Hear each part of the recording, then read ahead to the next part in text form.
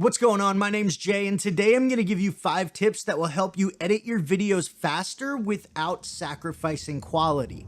Let's take a look.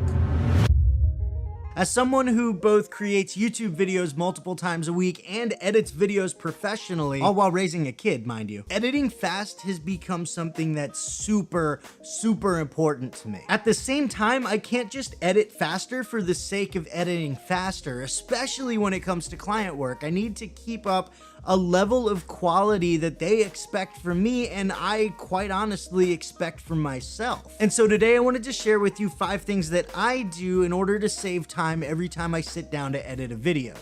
Let's get started. Tip number 1 is to write out your story. Editing videos is kind of like a puzzle, which is why I love it so much. I receive a whole bunch of footage, and my job is to put that footage together into a cohesive, entertaining and engaging story. And one of the things that helps me do that is to actually write out this story before I sit down to edit. That way, if I ever feel lost or overwhelmed, I can just look at my notes and I can see where in the story I am, and it'll help me get back on track. And quick little bonus tip, if you have specific detailed notes to go along with your story, that's all the better. So if you know that a certain scene's gonna start off with maybe a B-roll sequence with the voiceover, mark that down so you know exactly which footage you should be looking for. My next tip is to gather your assets before you start editing. There's nothing worse than being in the middle of an edit and realizing that you need a graphic or a sound effect or some ambient noise in order to complete a scene. Then you gotta stop what you're doing, you gotta go hunt down what you need, bring it into your project and fit it into the edit, and it's just a huge waste of time. If you follow my first tip and you write down your story and you include some detailed notes,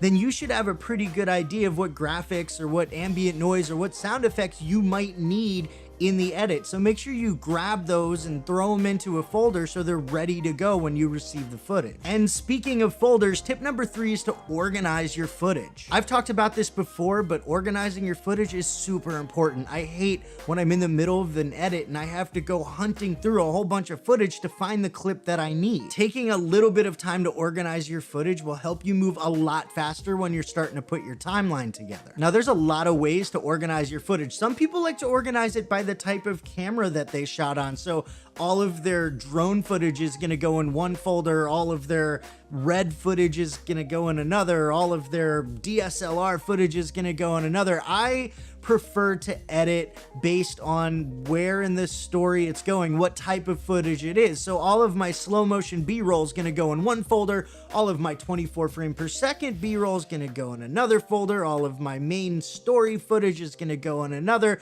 You get the idea. Now, my next tip is actually pretty closely related to organizing your footage, and that is to actually review your footage before you start editing. And not just review it, but go through and pull out all of your usable clips. Now, DaVinci Resolve makes this super easy to do in the cut page, but even if you don't use DaVinci, taking the time to scrub through your footage and separate your usable clips from the stuff that's going to be left on the cutting room floor, so to speak, is going to save you a ton of time. And finally, tip number 5 is to create presets. Creating presets that can be used and reused on different projects is going to save you a ridiculous amount of time and energy. For example, if I'm doing ongoing work for a client and all of the videos that I'm editing for them have this same kind of look, the same kind of feel, I will probably create a custom LUT that I can use on the projects for that particular client. I also do that for myself. I have a custom LUT that I use for any videos that I shoot in the studio. That way, when I go to edit, I can drop that LUT on and that gives me a really nice starting point for color grading my footage. I even created an audio preset for this microphone in this studio, so it'll save me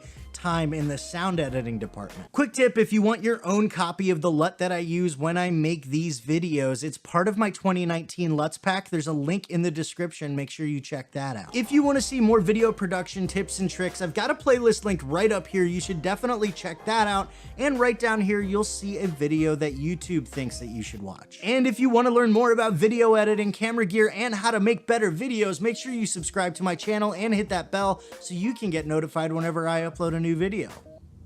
Okay, see you later.